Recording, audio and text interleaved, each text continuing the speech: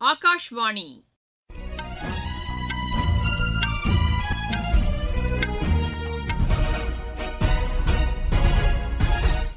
செய்திகள் வாசிப்பவர் சுமித்ரா ரத்னம். தலைப்புச் செய்திகள்: அசாம், கேரளம் மற்றும் புதுச்சேரி சட்டப்பேரவை தேர்தலுக்கான இறுதி வேட்பாளர் பட்டியல் இன்று வெளியிடப்படுகிறது. மின்னணு பொருட்களின் உற்பத்தியும் ஏற்றுமதியும் தொடர்ந்து அதிகரித்து வருவதாக மத்திய அரசு தெரிவித்துள்ளது. ஆந்திராவில் இன்று நேரிட்ட சாலை விபத்தில் 13 பேர் உயிரிழந்தனர். வணிக கப்பல் போக்குவரத்திற்காக ஹார்முஸ் நீரிணையை பயன்படுத்த இந்தியா உள்ளிட்ட 5 நாடுகளுக்கு அனுமதி அளிக்கப்பட்டுள்ளதாக ஈரான் அறிவித்துள்ளது. ஆசிய கோப்பை வில்வித்தை போட்டியின் கலப்பு குழு பிரிவில் இந்தியா இறுதி ஆட்டத்திற்கு முன்னேறியுள்ளது. இனி விரிவான செய்திகள். அசாம், கேரளம் மற்றும் புதுச்சேரி சட்டப்பேரவை தேர்தலுக்கான இறுதி வேட்பாளர் பட்டியல் இன்று வெளியிடப்படுகிறது. வேட்பு மனுக்களை விலக்கிக் கொள்வதற்கான கால அவகாசம் இன்று முடிவடைவதை அடுத்து மாலை இறுதி வேட்பாளர் பட்டியல் வெளியிடப்படும் என்று எமது செய்தியாளர்கள் தெரிவிக்கின்றனர். இதேபோல் கோவா, கர்நாடகா, திரிபுரா, நாகாலாந்து மாநிலங்களுக்குட்பட்ட 5 சட்டப்பேரவை தொகுதி இடைத்தேர்தலுக்கான இறுதி வேட்பாளர் பட்டியலும் இன்று வெளியிடப்படுகிறது. இந்த சட்டப்பேரவை தேர்தல் மற்றும் இடைத்தேர்தலுக்கான வாக்குப்பதிவு அடுத்த மாதம் 9ஆம் தேதி நடைபெறும். வாக்கு எண்ணிக்கை மே மாதம் 4ஆம் தேதி மேற்கொள்ளப்படும்.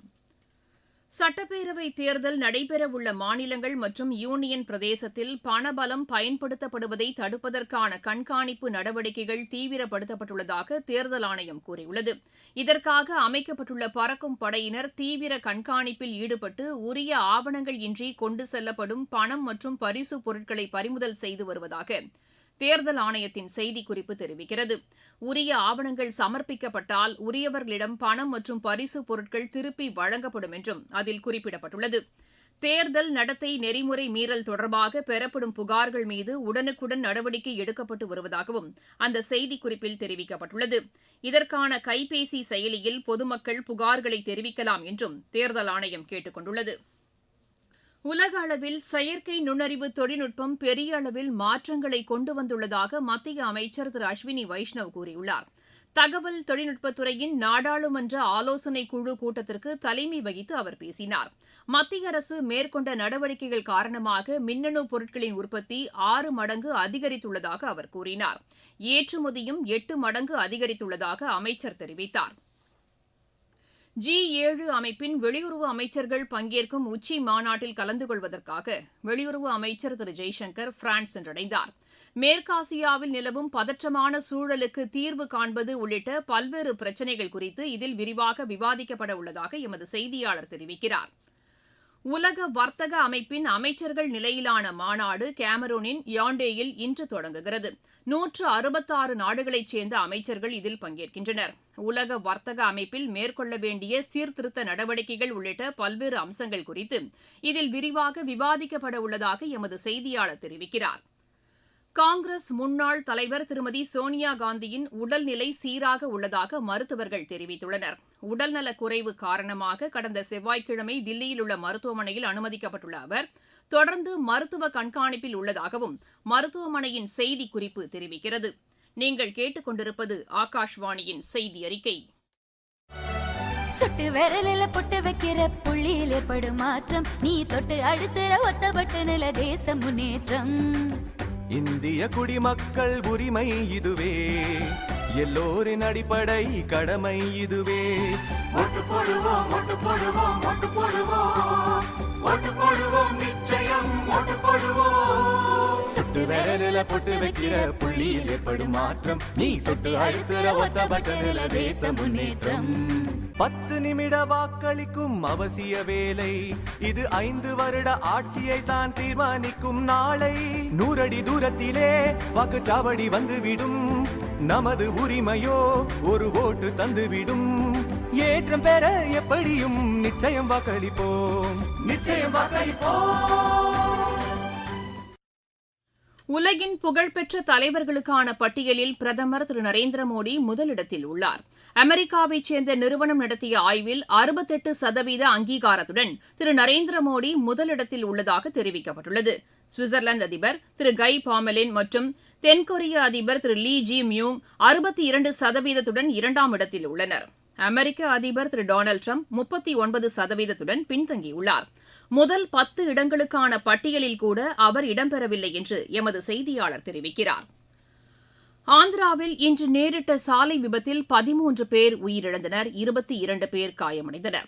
தெலங்கானாவின் ஜக்தியாலில் இருந்து நெல்லூர் மாவட்டம் கலிகாரிக்கு சென்று கொண்டிருந்த பேருந்து மர்காபுரம் மாவட்டத்திற்குட்பட்ட ராயவரம் அருகே சென்று கொண்டிருந்தபோது லாரி மீது மோதியதில் இந்த விபத்து நேரிட்டதாக காவல்துறையினர் தெரிவித்தனர். இந்த விபத்து காரணமாக பேருந்து தீப்பிடித்து எரிந்ததாகவும் அவர்கள் கூறினர். காயமடைந்தவர்களில் 3 பேரின் உடல்நிலை கவலைக்கிடமாக உள்ளதாகவும் மருத்துவர்கள் தெரிவித்தனர். இந்த விபத்தில் உயிரிழந்தவர்களின் குடும்பத்தினருக்கு குடியரசுத் தலைவர் திருமதி திரௌபதி முர்மு, குடியரசு துணைத் தலைவர் திரு சி பி ராதாகிருஷ்ணன், பிரதமர் திரு நரேந்திர மோடி ஆகியோர் ஆழ்ந்த இரங்கல் தெரிவித்துள்ளனர். இந்த விபத்தில் உயிரிழந்தவர்களின் குடும்பத்தினருக்கு தலா 2 லட்சம் ரூபாய் நிதியுதவி அறிவித்துள்ள பிரதமர் திரு நரேந்திர மோடி, காயமடைந்தவர்களுக்கு தலா 50,000 ரூபாய் வழங்கப்படும் என்று சமூக வலைதளத்தில் கூறியுள்ளார். ஆந்திர பிரதேச முதலமைச்சர் திரு சந்திரபாபு நாயுடுவும் இந்த விபத்து குறித்து அதிர்ச்சி வெளியிட்டுள்ளார். உத்தரகண்டில் டேராடூன் பித்ரோகர் இடையேயான விமான போக்குவரத்தை அம்மாநில முதலமைச்சர் திரு புஷ்கர் சிங் தாமி இன்று தொடங்கி வைத்தார். நிகழ்ச்சியில் பேசிய அவர், இதன் மூலம் எல்லையோர பகுதியில் வசிப்பவர்கள் பெரிதும் பயனடைவார்கள் என்று கூறினார். இந்த சேவை தொடங்கப்பட்டுள்ளதன் காரணமாக இந்நாள் வரலாற்று சிறப்புமிக்கதாக உருவெடுத்துள்ளதாகவும் அவர் தெரிவித்தார். இதற்காக பிரதமர் திரு நரேந்திர மோடிக்கும் சிவில் விமான போக்குவரத்துத்துறை அமைச்சர் திரு ராம்மோகன் நாயுடுவிற்கும் நன்றி தெரிவித்துக் கொள்வதாக திரு புஷ்கர் சிங் தாமி கூறியுள்ளார்.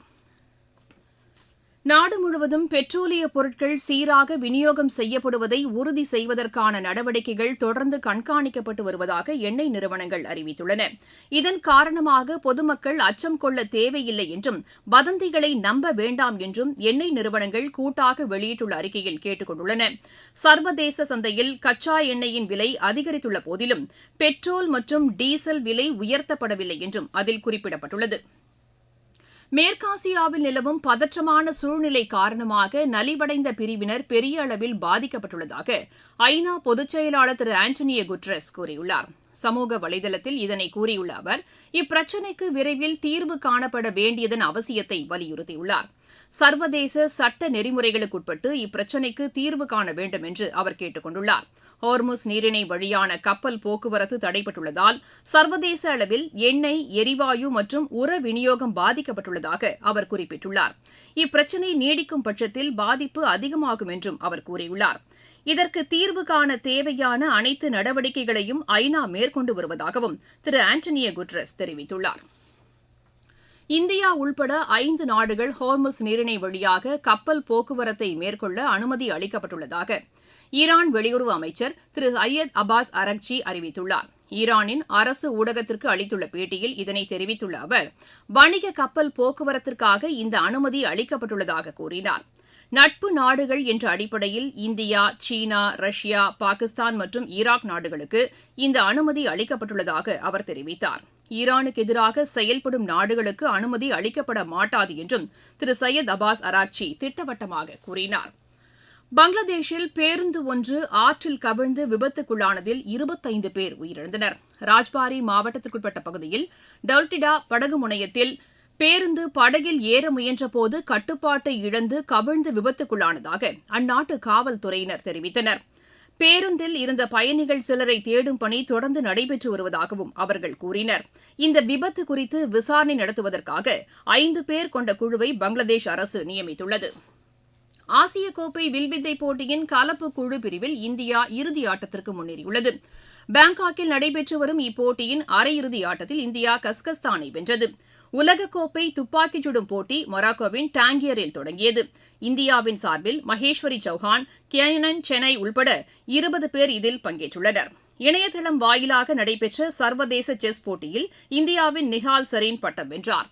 பார்வை திறன் குறைபாடு உடையவர்களுக்கான உலகக்கோப்பை ஜூடோ போட்டியில் இந்தியாவின் ரேணுகா சலாவே வெண்கலப் பதக்கம் வென்றார். மீண்டும் தலைப்புச் செய்திகள். அசாம், கேரளம் மற்றும் புதுச்சேரி சட்டப்பேரவை தேர்தலுக்கான இறுதி வேட்பாளர் பட்டியல் இன்று வெளியிடப்படுகிறது. மின்னணு பொருட்களின் உற்பத்தியும் ஏற்றுமதியும் தொடர்ந்து அதிகரித்து வருவதாக மத்திய அரசு தெரிவித்துள்ளது.